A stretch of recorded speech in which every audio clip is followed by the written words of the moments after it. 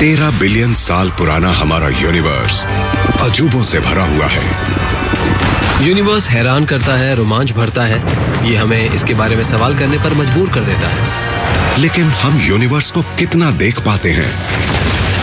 एक पूरी तरह हिडन यूनिवर्स भी मौजूद है। इनफैक्ट ऐसे बहुत से यूनिवर्स हैं जो एटम से बने हुए नहीं हैं। क्या हम कभी ये समझ पाएंगे कि हमारा यूनिवर्स किस चीज से बना है? हालांकि हम सभी जानते हैं कि फिजिक्स के लॉज पूरे यूनिवर्स में सही साबित होते हैं, लेकिन कोई कोई जगह पर वो लॉज काम नहीं करते।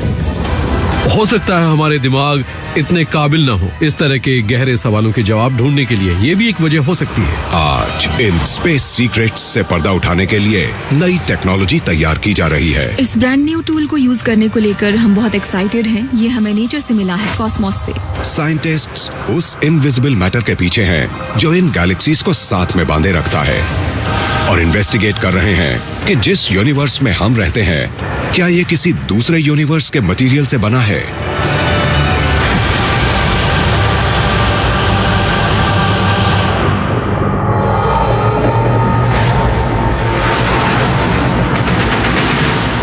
एस्ट्रोनॉमर्स एक ही सवाल का जवाब ढूंढ रहे हैं कि यूनिवर्स किस चीज से बना है। लेकिन नई डिस्कवरीज से पता चलता है कि हम इस बारे में कितना कम जानते हैं। जब कोई आपसे पूछता है कि इस पूरे यूनिवर्स में कितने स्टार्स हैं, तो हमारे पास उसका जवाब नहीं होता है, क्योंकि हमें नहीं पता कि यूनिवर्स असल में कितना बड़ा है। साइंटिस्ट्स यही मानते रहे हैं कि इस यूनिवर्स की हर चीज अनगिनत टाइनी पार्टिकल्स से बनी है, जिन्हें एटम्स कहते हैं। अर्थ पर मौजूद हर चीज से लेकर अंतरिक्ष में मौजूद चमकदार सितारे तक। लेकिन क्या जो हम देखते हैं, इसके अलावा और भी कोई रियलिटी है? साइंस थोड़ा बहुत अजीब हो सकता है, क्योंकि कभी कभी कुछ नया सीखने पर हमें लगता है कि कई चीजों के बारे में हम कुछ जानते ही नहीं। इन्वेस्टिगेटर्स को अब ये एहसास होने लगा है कि हमारे यूनिवर्स का ज्यादातर हिस्सा हमसे छुपा हुआ है। यहाँ तक कि एम्प्टी स्पेस के अंधेरे हिस्सों में भी हमारी सोच से परे अजूबे भरे पड़े हैं। इस ब्लैकनेस में बहुत कुछ मौजूद है। एक्चुअली ये ब्लैकनेस ही ग्रेट मिस्ट्री और ग्रेट पावर का ठिकाना है। तो अब साइंटिस्ट्स की नई जनरेशन का सवाल ये है, अब वहाँ डिस्कवर करने के लिए और क्या है, और हम उस चीज को कैसे ढूंढ सकते हैं जिसे हम देख नहीं सकते। सोकोरो, न्यू मैक्सिको में ये जायंट टेलीस्कोप होराइजन को स्कैन करती है, ऐसे क्लूज के लिए जो इन मिस्ट्रीज को सॉल्व करने में मदद कर सकते हैं। Astronomer सैरा Berks पोलेया very large array में काम करती हैं। ये 23 रेडियो एंटेनास का एक मॉन्यूमेंटल नेटवर्क है। ये हिडन मैटर की खोज करती हैं, लेकिन अंतरिक्ष में देखकर नहीं, सैरा वहां से आने वाली आवाजों को सुनती हैं। स्पेस कैसा भी हो, लेकिन खाली और शांत तो नहीं है। स्टार्स जैसी चीजों से रेडियो नॉइज पैदा होती है। सोलर सिस्टम और गैलेक्सी भी रेडियो नॉइज पैदा करते हैं। मेरे हिसाब से स्पेस में काफी शोर है।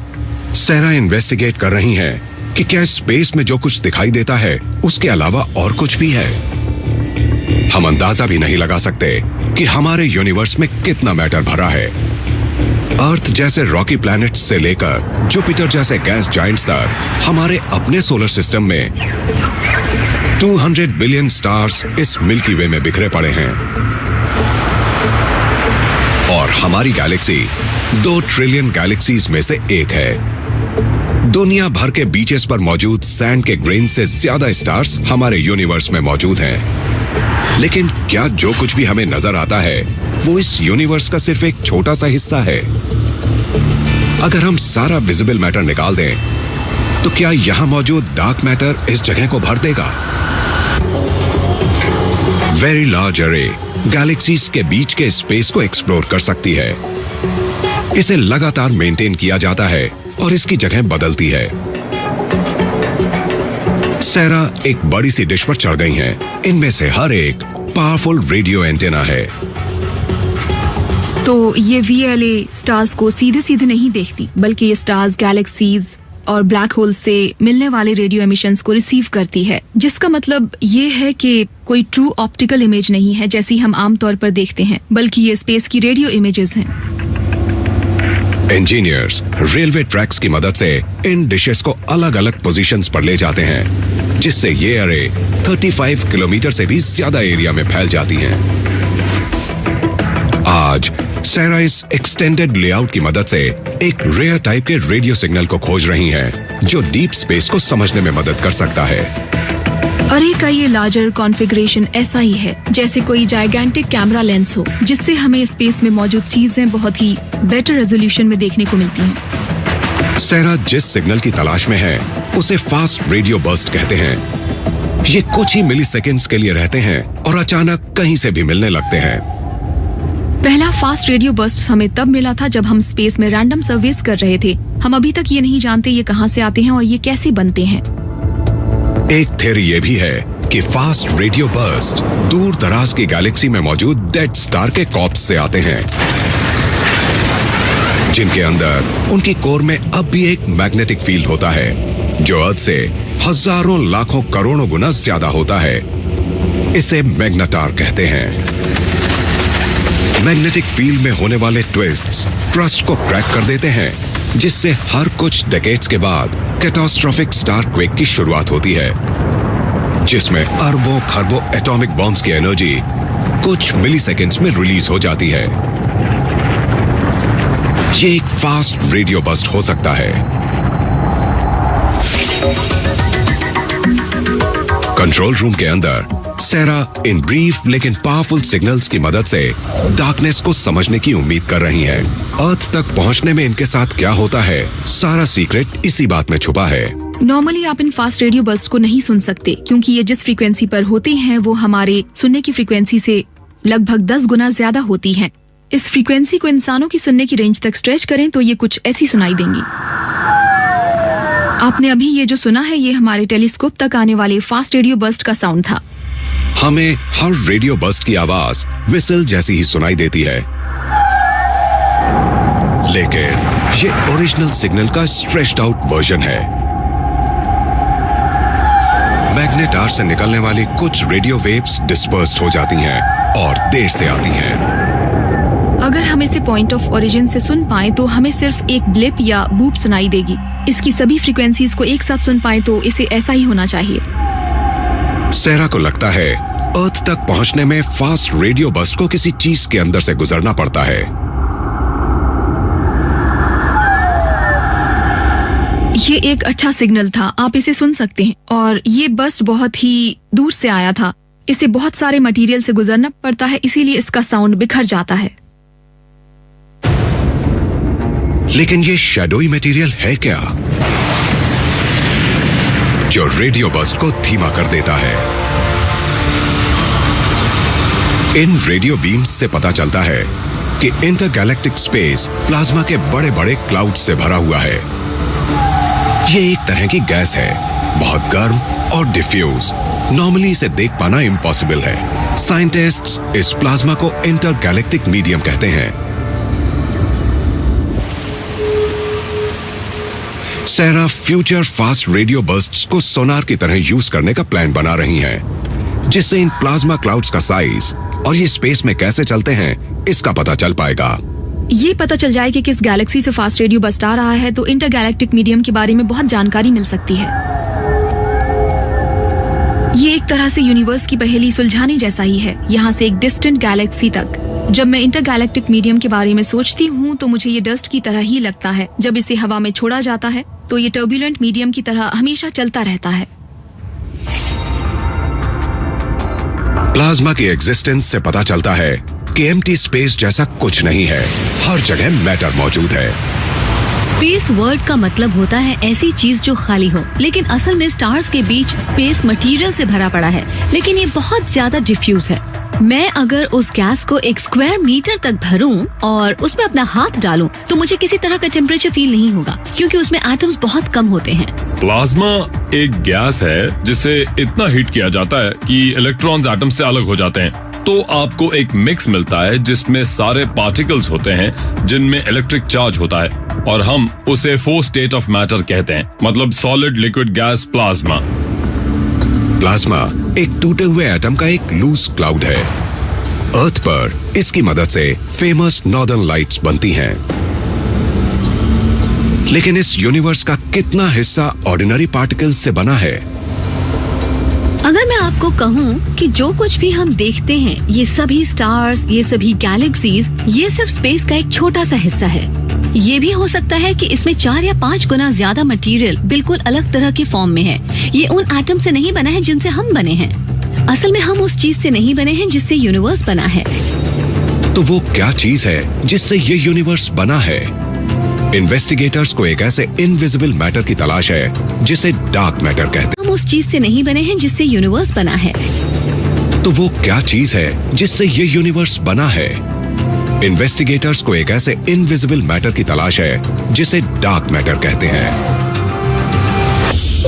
हमारा यूनिवर्स कई ट्रिलियन गैलेक्सीज से भरा पड़ा है, लेकिन साइंटिस्ट्स को अब ये लगने लगा है कि ये यूनिवर्स जिस चीज से बना है उसके बारे में उन्हें बहुत कम जानकारी है। आज दूसरी तरह के मिस्टीरियस मैटर की एग्जिस्टेंस की जानकारी हासिल करने के लिए बड़े पैमाने पर एक्सपेरिमेंट्स किए जा रहे हैं।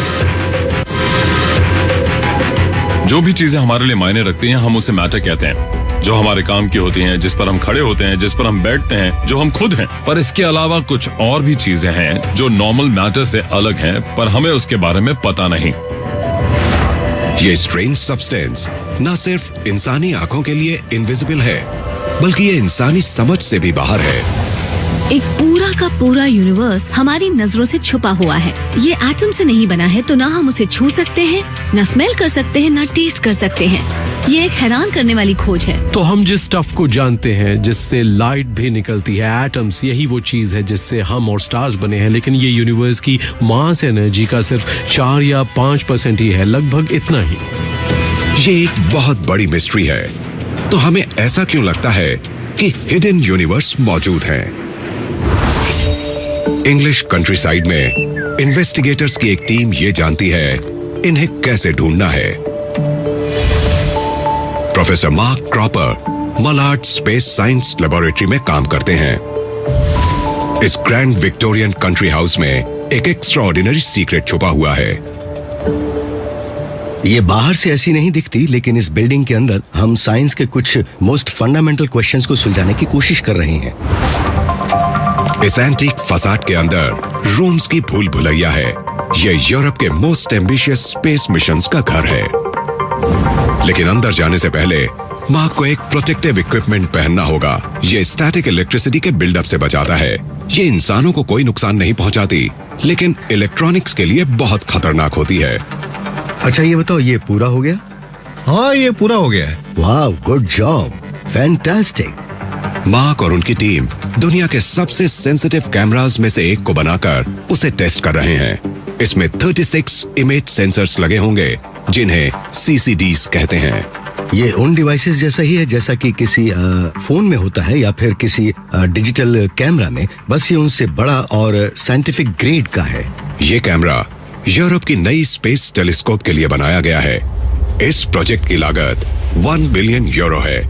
यूक्लिड का मकसद है कि हम ये समझ सके कि यूनिवर्स का ज्यादातर हिस्सा किस मैटर से बना है। हम ये जानते हैं कि यूनिवर्स का बड़ा हिस्सा उस मैटर से नहीं बना जिसे हम एटम्स कहते हैं, बल्कि इस यूनिवर्स का लगभग 5% ही उससे बना है। बाकी यूनिवर्स जिस मैटर और एनर्जी से बना है, हम उसके बारे में नहीं जानते।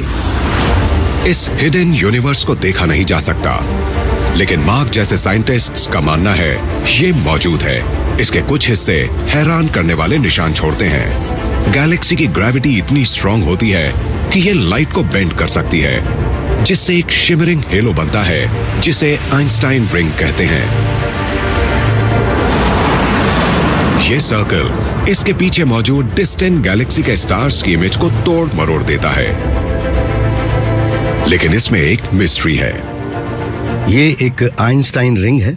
इसकी पोजीशन और आग के साइज से हम ये पता लगा सकते हैं कि ये गैलेक्सी के इस हिस्से में कितना मैटर होना चाहिए। और जब हमने कैलकुलेशन की तो हमें पता चला कि इस गैलेक्सी के स्टार्स को देखकर हमें जो अंदाजा हो रहा था, यहाँ उससे लगभग 4 गुना ज्यादा अनसीन मैटर है।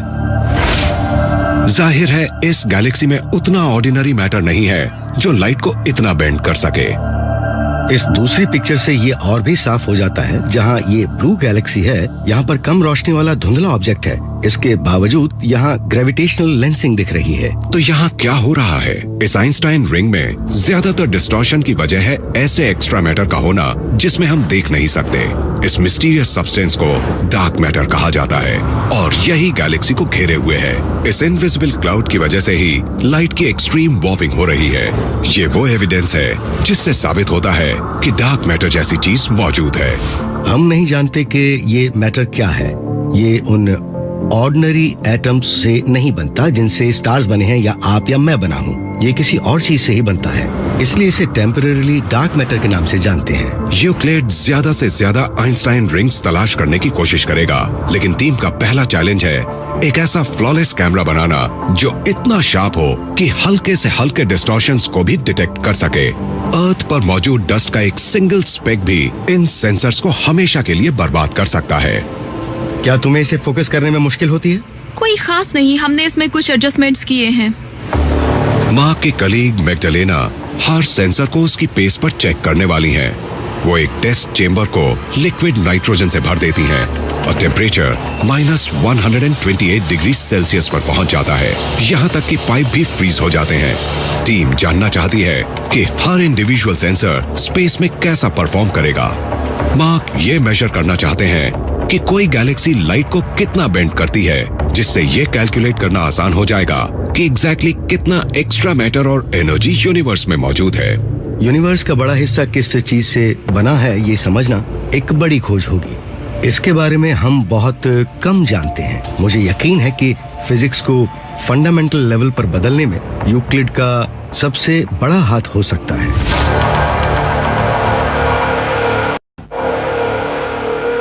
पिछले कई दशकों से हमारे सामने मौजूद कई बड़ी मिस्ट्रीज में से एक है डार्क मैटर, और इससे जुड़ा सबसे बड़ा सवाल है कि ये है क्या और हम इसके बारे में कितना जानते हैं। डार्क मैटर लाइट को रिफ्लेक्ट या एब्जॉर्ब नहीं करता। अभी तक साइंटिस्ट सिर्फ इसकी ग्रेविटी को डिटेक्ट कर पाए हैं। इस बारे में बेस्ट बेट हाइपोथेसिस यही है कि इसमें विम्स शामिल हैं, जिन्हें हम वीकली इंटरैक्टिंग मैसिव पार्टिकल्स कहते हैं। ये छोटे फंडामेंटल पार्टिकल्स बिग बैंग के बाद बच गए थे और हम अभी तक इन्हें डायरेक्टली डिटेक्ट नहीं कर पाए हैं क्योंकि ये डिटेक्टर्स के साथ अच्छी तरह इंटरैक्ट नहीं करते। लेकिन सेंट्रल इटली के ग्रैंड सेसो माउंटेन्स में रिसर्च साइंटिस्ट मार्चेलो मेसिना एक डार्क मैटर पार्टिकल को स्पॉट करने की कोशिश कर रहे हैं। हमें अब भी पूरी जानकारी नहीं है। मेरा मतलब कई सारे पैरामीटर्स के बारे में हम अब तक नहीं जानते। इस माउंटेन के अंदर मार्चेलो ने एक ऐसी मशीन बनाई है जो ऐसे पार्टिकल्स को डिटेक्ट करती है जिनकी एग्जिस्टेंस के बारे में किसी को नहीं पता। वहां तक पहुंचने के लिए इन्हें पहाड़ी के 1 मील अंदर जाना होगा। टनल्स और चेंबर्स की एक भूल भुलैया से होते हुए मार्चेलो एक विशालकाय डार्क मैटर डिटेक्टर तक पहुंचते हैं जिसका नाम है Xenon 1T। इस वक्त हम Xenon 1 टन के एक्सपेरिमेंट साइट पर हैं। ये सर्विस बिल्डिंग है जिसमें सारे एंसिलरी डिवाइसेस हैं जिससे हमारा डिटेक्टर काम करता है। और लेफ्ट साइड पर जो आप देख रहे हैं वो है वाटर टैंक। इस एक्सपेरिमेंट को तैयार होने में लगभग 2 साल लग गए हैं। इस टैंक की टॉप और बॉटम में लाइट सेंसिटिव डिटेक्टर्स लगे हुए हैं। इसके अंदर प्योरिफाइड वाटर और 62 किलोग्राम xenon है। ये एक रेयर गैस है जो लिक्विड फॉर्म में है। ऊंचाई पर होने की वजह से हम मेजरमेंट बहुत ही शांत और साफ वातावरण में कर सकते हैं। हम सी लेवल से 700 मीटर ऊपर हैं और हमारे ऊपर 1400 मीटर तक पहाड़ हैं। ये माउंटेन डार्क मैटर के लिए रुकावट पैदा नहीं करता। कॉस्मोलॉजिस्ट्स का मानना है डार्क मैटर हेलो हमारी गैलेक्सी को बाहर से घेरे हुए है।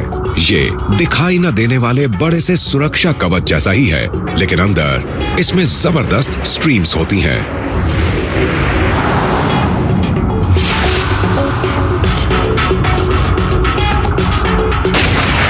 डार्क मैटर का फ्लो किसी प्लैनेट की ग्रेविटेशनल कोर की तरफ खिंच जाता है जिससे डेंस ट्रेल्स बनती हैं। डार्क मैटर के पार्टिकल्स हर सेकंड बिना किसी रुकावट के अर्थ के अंदर से पास होने चाहिए। लेकिन अगर ये सच है तो क्या हम कभी इन्हें डिटेक्ट कर पाएंगे? मार्चेलो को लगता है कि उन्हें एक तरीका मिल गया है जिसकी मदद से वो सिंगल डार्क मैटर पार्टिकल के अर्थ के अंदर से पास होने के फुटप्रिंट ढूंढ रहे हैं। इन्हें उम्मीद है टैंक के अंदर 1 या 2 पार्टिकल्स शायद जेनॉन के एटम से टकरा जाएं, जिससे लाइट की टाइनी फ्लैशेस जनरेट होंगी। लेकिन एक प्रॉब्लम है, नेचुरल रेडिएशन भी लाइट फ्लिकर्स क्रिएट कर सकती हैं, तो जेनॉन का शील्डेड होना और कंटामिनेशन फ्री होना जरूरी है। ये पूरी दुनिया का प्योरेस्ट जेनॉन है, क्योंकि हमें एक्सट्रीम लेवल तक प्योरीफाई किया हुआ जेनॉन चाहिए।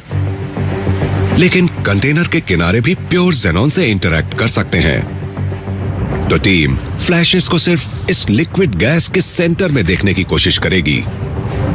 मार्चेलो जानते हैं ट्रू डार्क मैटर कोलिजन को देखने के चांसेस बहुत ही कम हैं। एक फ्लैश तो नॉर्मल है, एक से ज्यादा भी फ्लैश हो सकते हैं, पर अगर कई सारे फ्लैश हों तो वो कॉन्फ्लिक्ट होने लगते हैं, यानी हमने पहले उन पर ध्यान ही नहीं दिया।